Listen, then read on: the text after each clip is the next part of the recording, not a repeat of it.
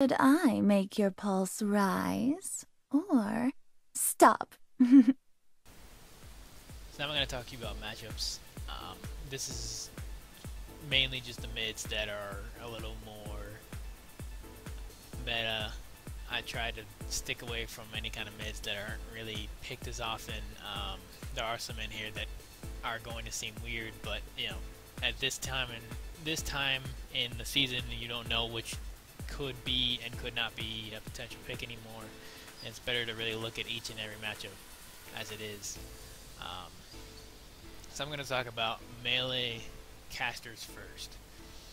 So the melee casters on this list is Akali, Diana, Kassadin, Katarina, Yasuo, Talon, Mordekaiser, and Zed. So each matchup, all of them have this high kill potential when it comes to level 6. They all have a strong all-in, all besides basically Mordekaiser, and they all have good mobility to get away from a lot of your skills. It's hard generally to pick Ahri into these matchups because if you miss your E, you have potential to just get dropped to die. Akali is very strong when it comes to ganking. Diana is very strong when it comes to ganking. Fizz is very strong when it comes to ganking. Katarina is very strong when it comes to ganking. Like, all these champions are very highly mobile and could counter gank you and could beat you once it comes to level 6. You can still poke them and beat them ahead of time. The only one that has really, or there's a few that have really good potential and can kill you ahead, before level 6, and that would be Talon, Yasuo, and Fizz, mainly, because Zed also could, because all those champions have some way of getting to you before level 6. Akali and Diana and Kassadin all get their high mobility at level 6, so they're more likely to all-in you at that point. Again, out of any of those, I would not particularly pick Ahri into them because it's very high skill matchup and they're very adept at dodging your skill shots and potentially all-in and killing you. The main champions I would pick Ahri into is Annie's one of them. Jace is another one that's an easy pick against it. Karthus, obviously, because he doesn't have that much kill potential in lane.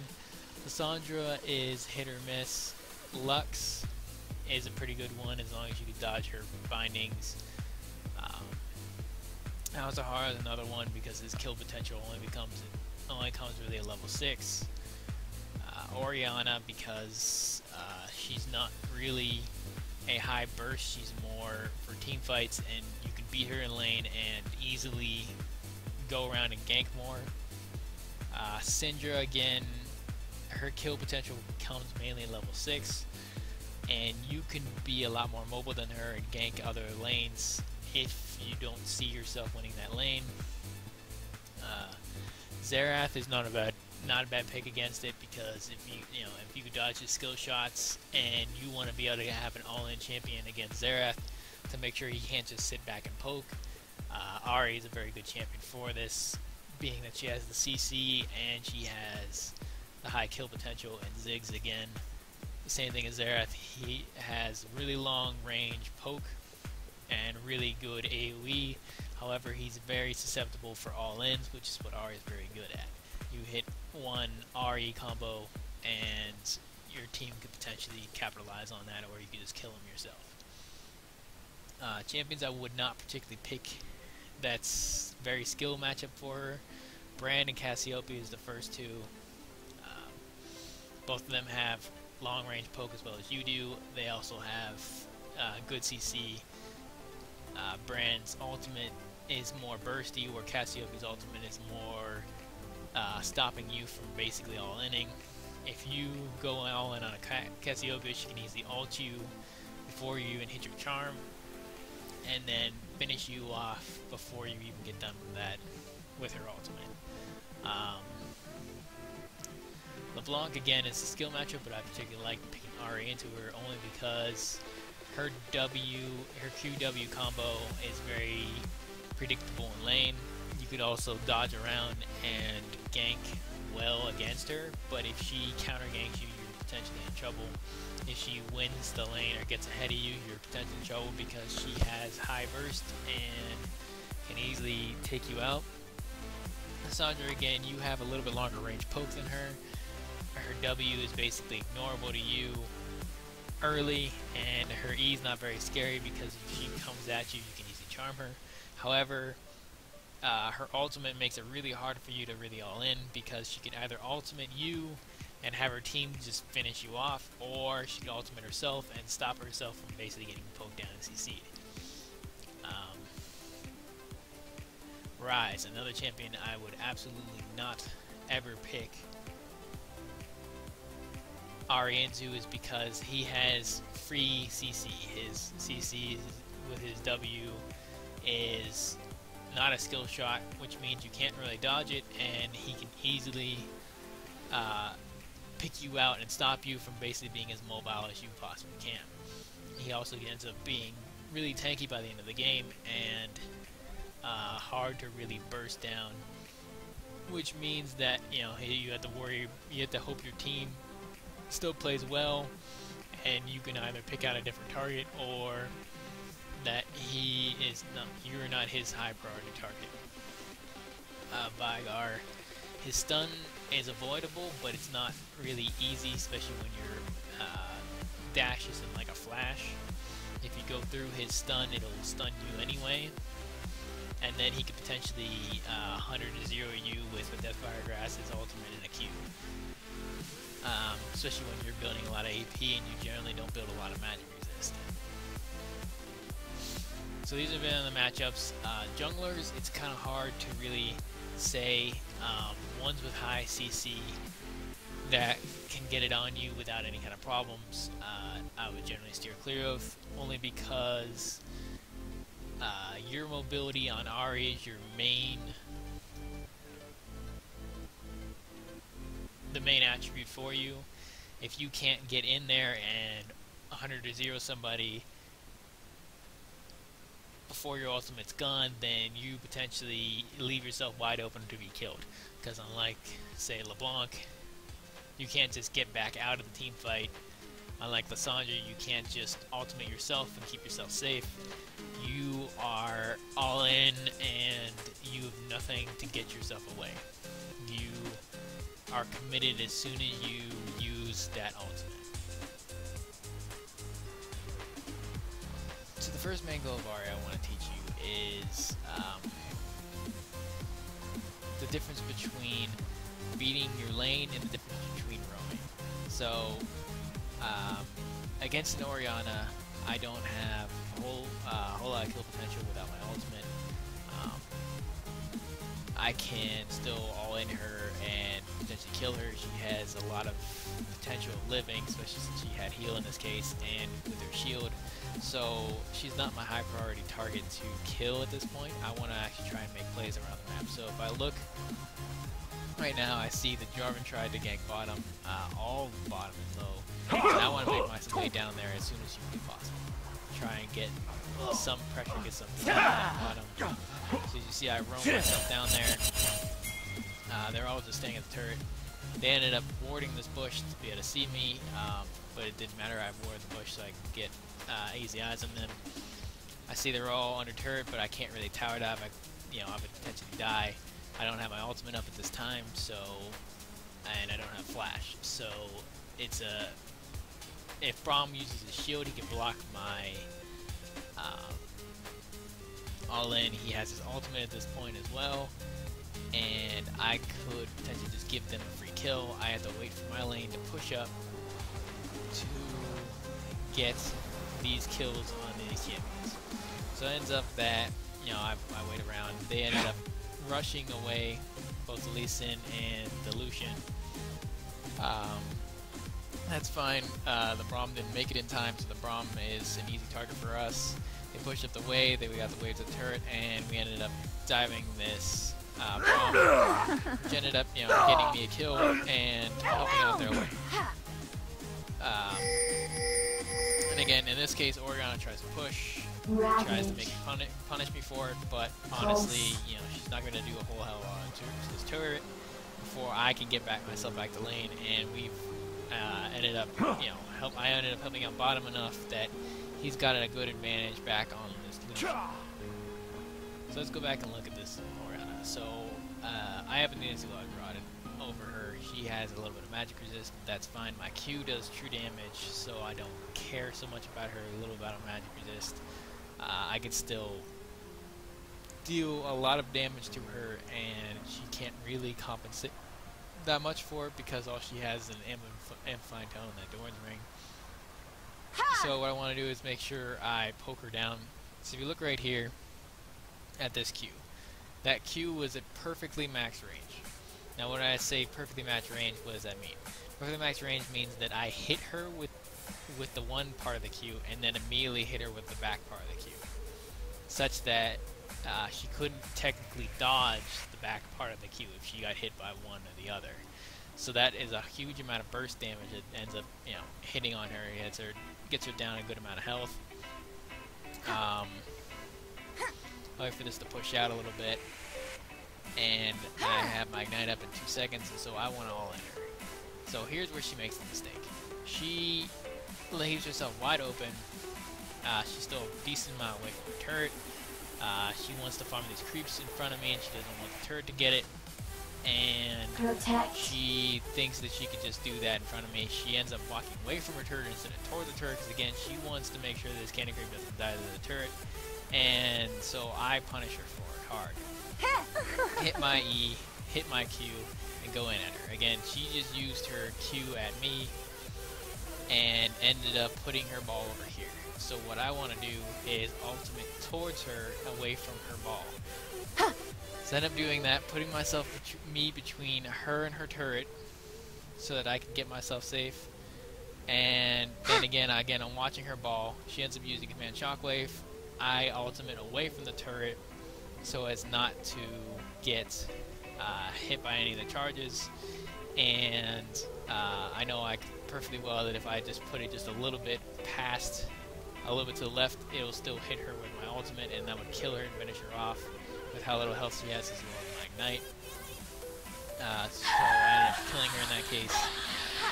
As a lane opponent against Orianna, you want to make sure that you can land poke, and you need to make sure that you can creep score relatively well. Again, whether or not you kill her is not a problem. Your main goal in this entire case is to roam and make plays around the map. So me killing her just adds to my score, adds to me being able to win this lane and win this game and help me to get further and further ahead. So here's another trick on Ahri that you may not know, and it's for basically predictable movements. So I have a Lee Sin coming to gank me, and his main thing is either he can W to a ward and get closer to me, or he has to hit his Q and then use his Q at me. So when he hits me with his Q, and he thinks he can kill me, so immediately Q's at me. Where is he going to go? There's only one possible way he's going to go with his Q, so I know I can hit an easy charm on him. Not only does it cancel out his Q, so it does less, it doesn't hit me for the second part, but it also puts him now in turret range and in kill potential. So I hit him with my charm, and I flash away just because I don't want to get E'd and then ulted and potentially die. And my Jarvan comes in, ults him under turret, and I also have one to finish him off. We're going to focus on team fights. In this case, the Pantheon just died top, but our Gangplank's not going to be there. It's going to be a 4v4 fight for our turret. Our Graves and Lulu are already at the turrets ready, and me and Jarvan are coming around to flank. We are quite ahead at this point. I have 8 kills. Our Graves is still up 2 kills. Their Lucian and their Orianna don't do a whole lot of damage, so we want to commit on this fight. What I want to do is to kill one of the 2 targets. And the 2 main priority targets in team fights is generally the AD carry and the mid. If Pantheon was in there, since he's ahead and he's dealing all damage, he's another priority target. Generally top lanes tend to be tanky, so it's not an always best pick to go for him. But in this case, you know, I want to kill this Orianna before she does too much damage. I want to kill this Lucian before he's able to do too much damage. And team fight starts. Lulu goes in, ends up knocking up 3 people. Graves goes in. There's this QR combo. Unfortunately, the Braum blocks it, but they have no vision of us. They have no idea that we're coming around. Orianna backs off, and me and Jarvan are going to get closer before I start, all-inning. Unfortunately, the creep wave is in my way, so I can't R-E combo, so I try to R-Q combo and take out this Lucian first. So he has no magic resist. The Orianna has a little bit of magic resist and also shields. So it's just going to be a little bit hard to kill. And I end up going in, queuing actually the Orianna and then ulting so that I can get my Q to come back and hit not only Orianna but mainly this Lucian. And again, getting the Lucian really low and going and finishing in this case, the Lee Sin ends up being really low, but he ends up flashing and getting away. The Braum goes with him, and what's left is Orianna, who's my next priority pick anyway. So she ends up killing the Jarvan, but that's alright. I go in, me and the Grace finish her off, and the only left is the Lee Sin and this Braum. So again, in teamfights, what I'm trying to do is take out the priority targets first, and then get whatever I can after. If I have to DPS some of the tanks first, and they're in my general path, that's fine. But never do I want to waste my ultimate for the tanks, to burst down the tanks. I don't generally want to waste my Deathfire Grass for those tanks because it's just a waste. I want to be able to kill things that can do the most damage to my team so that we can win these team fights outright. It's a really good one final team fight. This is the last team fight of the game. We're trying to get our 5th dragon, which is obviously key for us to win. With this, we can easily take down and be the rest of the team. I look and I see where Lucian and Braum is, and I know they have no wards in this area, so I immediately sneak my way into this tri-brush in this area so that I can potentially go up this pathway, go around, and attack and kill this Lucian. So team start dragon. I'm just waiting in the brush. I see the Pantheon, he's ulting. I see the Lee Sin and the Braum and the Lucian. Again, I want to wait. I don't want to leave myself wide open. We end up getting the dragon, and the Pantheon ults behind. So even though he's a priority target, he's left himself wide open in this area, and we want to kill what's over here. Orianna's not even close to this fight yet. So she's not even a priority. This is a 5v4. We want to take out what's over in this area. So what I do is I sneak my way around, and I want to take out this Lucian. So I get myself around, ultimate towards him, hit my E, hit my Q, and use my grass and kill him. Now Orianna's finally made her way into this fight. She's already relatively low HP. I've been exhausted. I've been ignited, and I'm watching her ball. Her ball movement goes towards our Graves, so I want to get closer to her than I do away from her. Again, if I go towards this area, I could potentially be all in by this Lee Sin and this Pantheon, who do a lot of damage. And I could potentially get by the shockwave that's going to be coming soon from this Orianna ball. I end up dodging the Orianna ball, or Orianna shockwave, ends up hitting these 2 hits to the teammate, and I can now easily be able to DPS this Orianna with my Graves and my Jarvan. Killing her, taking her down. I use my Zhonya's to keep myself safe so that the Braum can't kill me, and since this Pantheon is coming back around, I wait for my team to basically kill him off. Blue team double kill. And also kill from, we ace their team, and we end up pushing down Roman. So if you want to win the game, the main goals in your game is to do one of two things. Red team's turret has been destroyed. Try to watch for priority picks, because there's Red a lot of team's champions turret who has been still do destroyed. pretty good against you. There are a lot of champions who can counter gank you and be better at than you can as Ahri. In this case, I picked my Ahri into an Orianna, who I know is never going to be able to counter gank anything I do, and I can roam around basically freely without any kind of problems.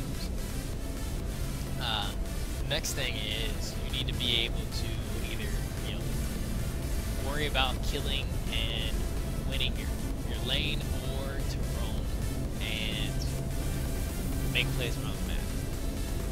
Now, winning your lane's one thing, and that helps you out, but what really helps the team out and helps the game out is if you roam. If you roam, you have a higher potential of winning than you do just beating out your lane, because unless, even if it's a LeBlanc, or it's an Orianna, or it's a Xerath, their farm and their presence on the map can never be as high as you. You want to make sure your presence on the map is known by everybody, and that you are basically feared by every single lane. If you do that, then every lane has to always play afraid every single time you go missing. Every lane has to be scared of your all-in potential, your Deathfire Grasp, whatever you have, and your ultimate, and you can win more and more games as you start to make more and more plays around the map. In teamfights, you want to make sure you are safe, but at the same time, you want to try and take out the priority targets first. If you cannot get to them, if it's not safe for you, then just wait. Don't ever try to put yourself in a bad situation, because if you die before they do, then you're probably going to lose a team fight unless your team is ahead. If you can take them out and still be safe, that's your best bet. Try not to put yourself in horrible locations that you could potentially die in,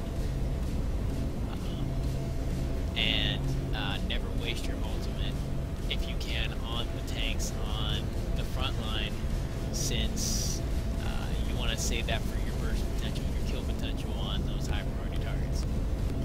Again, most of the time your high priority targets will always be the AD carry and the mid lane. If top lane or jungle is squishy and they're ahead, don't be afraid to use their combo on them, and utilize your CC as best you can. You want to be able to do as much damage as humanly possible, while also being able to control team fights. If you like this video, go ahead and subscribe, and post in comments if you want me to do any other champions, any other guides. I'm more than willing to. I have a high champion pool. I can do almost any champion you particularly want. Just leave it in the comments, and I'll tell you.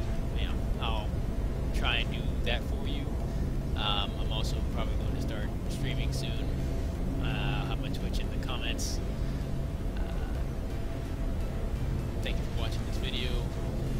Hopefully you can use these tips to get yourself higher in